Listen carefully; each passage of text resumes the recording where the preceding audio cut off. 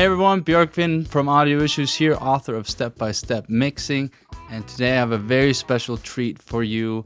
I have of my very good friend Emily Dolan Davies coming on to talk to you about the most fun subject of all time, failure. But I believe failure is actually a very, very important part of your journey towards success, because what you learn from failure will ultimately help you become more successful. It's nothing but a stepping stone towards success. And Emily Dolan Davies is a really good friend of mine. We hung out at NAMM this past year, or in January, back when people used to go to conferences and see each other in real life. And she is a very successful professional session drummer, and she runs an online remote session drumming business, and you should definitely check out her YouTube channel. And she's even made some drum stems for you that you can download as a part of her STEM club, especially for the Audio Issues audience, and all of those links will be in the description below. But before we hand it over to Emily, please remember to like and subscribe, and if you want my 7-step mix translation cheat sheet to make all your mixes translate to any speaker system you play them through, go to mixfinisher.com and download it there. All right, take it away, Emily. Hey Audio Issues community, my name is Emily Dolan Davies and I am a touring and recording drummer. I run emilydrums.com, which is a remote recording studio, and your lovely leader, Björkvin, has asked me to record a video for you guys. So I do a lot of chat about the sort of like music community in my own world, but he thought it'd be really nice if I'd come say hi to you guys. So I thought that it would be a really cool thing, me and Björkvin thought, to talk about failure. Doesn't sound like fun, I know, but I believe that failure is one of the best things that can happen to you. And I wanted to share specifically about one particular time that it happened to me that literally was the most heartbreaking, like horrendous feeling. Just, I wanted the world to just end at that moment, and it was equally the very best thing that has ever happened to me. It turned me around, and to me it was the catalyst that made me able to have a career as a professional drummer full-time. So anyway, I thought that I'd share this with you. But let's start with a bit of backstory. So I'm a drummer, as I said. I grew up in London, in England. I've been playing since I was 11 years old, and as I'm sure is the same with a lot of you guys, literally the second that I sat down behind a kit and picked up the sticks, I was like, I am in love. I am obsessed. This is what I'm going to do for the rest of my life. I have to. Like, I knew I could be good at it. I wanted to be good at it. And it was just like, okay, I'm done. Like, let's do this. So I spent the next sort of like 5 years, I suppose, which is leading up to when this awful thing happened. The next 5 years, I was kind of just, I didn't really know what I had to do to be a professional, if that makes sense. I knew that I had to be a great drummer, so I was taking lessons, I was doing a lot of practicing, I was in bands doing lots of rehearsals, and then we would go out and we would do gigs. I was going to jam nights, I was making sure that I was meeting lots of musicians, I was asking for their advice, I was also just expanding my network generally and doing all these things. And I just thought to myself, okay, like if I just keep doing all these things, something will happen, something will break, there will be a breaking point, and then that'll be it. It will be my moment to shine. Now, this moment in my head came when I was 16 years old. I got a phone call. It was from a producer who was a friend of a friend, someone that I had actually played with, who their regular drummer had basically broken one of his arms, and they had a session booked for the following week. And I mean, getting this phone call, 16-year-old me, in my head, I was going, oh my gosh, this is it. This is my moment. I'm about to be world renowned. I'm going to be discovered. They're going to realise how incredible I am. They're going to call me for every session on the planet. I'm going to be working for the rest of my life. This is it. This is the moment. So I got this phone call and he was like, look, sessions next week. It's like 5 songs. I was like, okay, yeah, cool. Yeah. I literally, when I tell you, I couldn't have said yes quicker.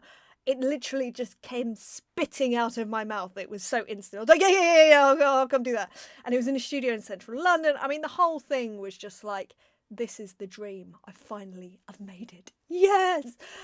So anyway, I got hold of these songs and I rented a rehearsal studio. I didn't have anywhere to play at the time. So I rented a rehearsal studio where I took my kit, and then I played through these songs. I played through them to the standard that at the time I believed was a high enough standard that was required for recording.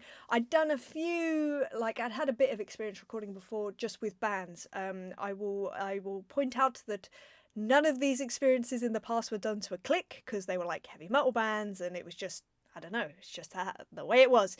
So in my head I was like, I have experience, it's going to be fine. In terms of playing to a click, I always practice to a click. You know, I've been doing that for years. I'm going to be great. This is going to be awesome.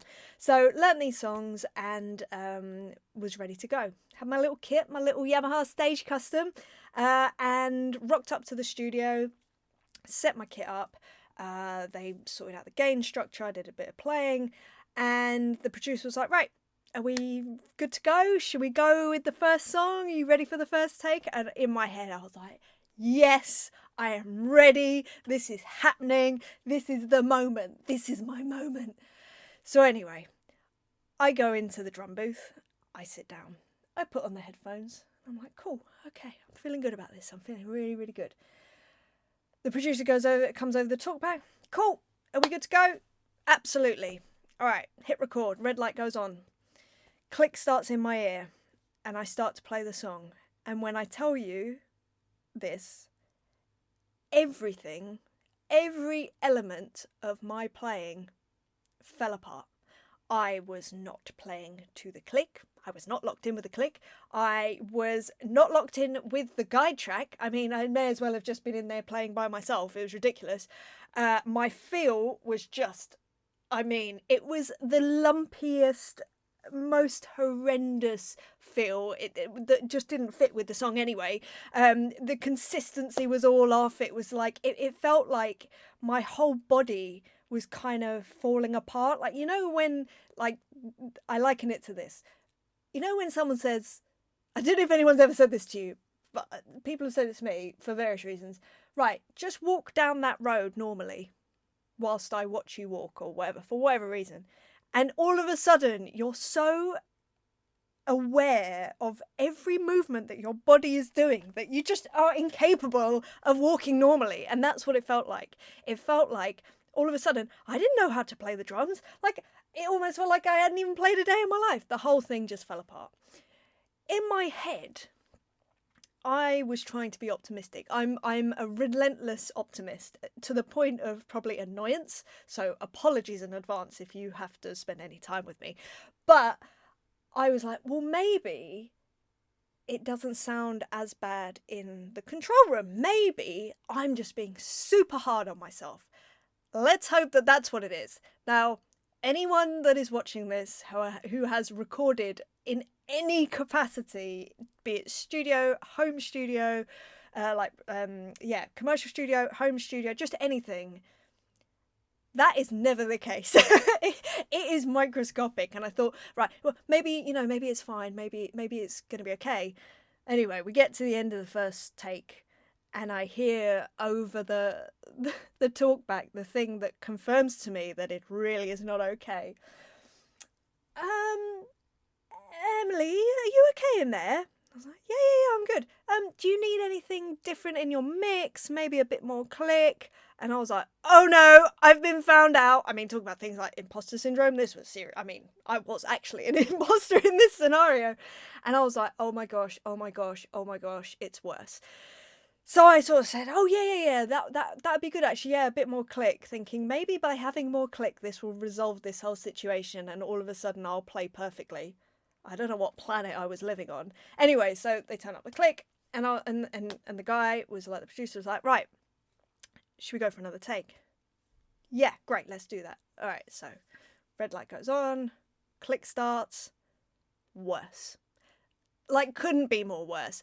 discombobulated, like just just no logic of what I was playing the wrong parts, in the wrong bits, on the wrong, like on the ride where I should be at that. I mean, it just was a mess, an absolute mess. And I knew that it was even worse than the first take. And by this point, obviously, my confidence is just taking a nosedive, which is never going to help any performance in any musical or artistic situation where you're feeling vulnerable anyway. And I was like, oh my goodness, what do I do? I just want I want the ground to open and swallow me up. That's it. That's what needs to happen right now, because I literally don't know what to do. Bless the lovely producer. He's a sweetheart, absolute sweetheart. He comes over on the talk back again. Should we just go for a third take? And by this point, I am a shell of my former self, and I'm just like, yeah, trying to still be positive and but clearly on the edge of a mental breakdown. So we go for a third take. It's even worse. And then what happens is we finish that take, and the drum booth door opens, and the producer walks in, and he says, Emily, I'm so sorry to do this, but I'm just going to have to ask you to leave. What? Literally the worst thing that could happen. You know, you always think, what's the very worst scenario? This was it. Couldn't be any worse. Literally asked me to leave. I burst into tears, obviously, 16 years old, thought I was just about to have my greatest break in the world, and here I am, failing, not even just a little bit, epically failing, to the point that this producer has booked a very expensive central London studio. There is an engineer there. There were even other musicians that were coming down to put their parts on top of my parts after I was done. I mean, the whole thing couldn't have been more catastrophic. So anyway, burst into tears, obviously. And with tears streaming and sobbing uncontrollably, I packed up my stuff and had to leave. Now, the 2 days that followed this horrendous moment were possibly the worst of my life so far, I'd say. The heartbreak that I experienced, I mean, I have never experienced heartbreak like it. Forget about any bloke I've ever been out with. Oh my goodness, it was like my drums had betrayed me. I know that's not actually what it was. What it was I had betrayed me because I wasn't good enough. But to me, it was and I was such a dramatic 16-year-old. Oh my goodness. So to me, it was what have I done? Woe is me. And then I came to this conclusion. After 2 days of literally being inconsolable, I shut myself away in my bedroom. My parents were really worried about me. I basically came to this conclusion. I said to myself, right, Emily, I do this a lot. I talk to myself a lot. Emily, there's 2 ways you can deal with this. Either you can hang up your proverbial sticks and say, well, that was it. I had a good run. How dramatic. I had a good run, but that's it. This obviously isn't for me. Or I can take everything that went wrong in that session, everything, face it head on, and absolutely obliterate every single one of those skills until they are just part of my DNA. And luckily, I chose the latter. So I then spent the next however many years just really making these things ingrained in me, playing to a click and being locked in with it, understanding the click and timing and how you can manipulate time within that. I was, doing a lot of playing to music, playing with other musicians, and truly understanding how to lock in with a track with other musicians in the room and doing all that stuff. I discovered the different feels that you could create and things like that. And then down to consistency, and when you are actually recording, how it comes across whilst going through microphones and things like that, because that's a whole different thing in itself, and tuning and all of these things. And I just became so incredibly obsessed, because to me, and I still feel like this, there is no other option. Drums is everything to me. So from that point on, I did that. And as I say, I'm so lucky to say that because of that moment, because I chose to do the second of the two options, I've managed to carve out a career for myself. I've toured and recorded with like so many wonderful artists like Brian Ferry and The Darkness, the Thompson Twins, Howard Jones, Kim Wilde, Tricky, Cher Lloyd. I mean, literally, I feel so lucky to be able to do this as my full-time job. And you want to hear the most ironic thing about the whole situation? Is that I now run my own studio. Bah! So I do the remote recording thing, the drum remote recording thing. It has been a life changer for me. I think, you know, being able to work and create music from your own setup is just so incredible, because for so many years I was so reliant on other people calling me for tours and for gigs, and if the phone wasn't ringing, I wasn't earning, and my whole psyche would just be shot to pieces. Whereas now it's like I have my own business, I get to work with some of the most incredible musicians from right across the planet. And it's just really, really wonderful. In saying that, actually, I wanted to also say that since you've made it this far, apologies for all this rambling, but I hope that you have gained something from my experience and my heartbreak. But because you made it this far, I wanted to actually give you a little gift. So I'll give you the honest reason why I've done this, but I've created a stem pack for you, a drum stem pack for you that you can download completely for free. All you need to do is go to www.emilydrums.com/audio issues, and I'll stick a link in the description. The actual real reason, and I should be thanking you for this, I got some new Neve preamps last week and I really just want to mess around with them and get them sounding amazing. So you're basically my excuse to play around. So thank you for that. So whilst I'm not actually advocating failing on purpose, what I would say is that if you do get into a situation where you feel like you've failed, you feel like you haven't done the best you can do, rather than being the dramatic version of me, use it.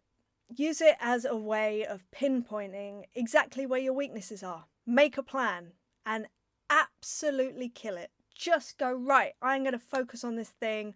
I'm going to get this done so well that this will never be an issue in my career. But anyway, I just wanted to say a huge thank you for watching this. I hope it's helped in some way. Thank you as well to Björgvin for inviting me to this community. It's a wonderful one. I'm all about the support within the audio community, in fact, just the whole of the music community. I think it's so magical. There's something really special about this community specifically. So Björgvin, you're a star. Love you to bits. I hope you've enjoyed this. I hope you're having a wonderful day wherever you are, whatever you're doing. And yeah, keep doing what you do. All right, lots of love. See you guys later. Bye.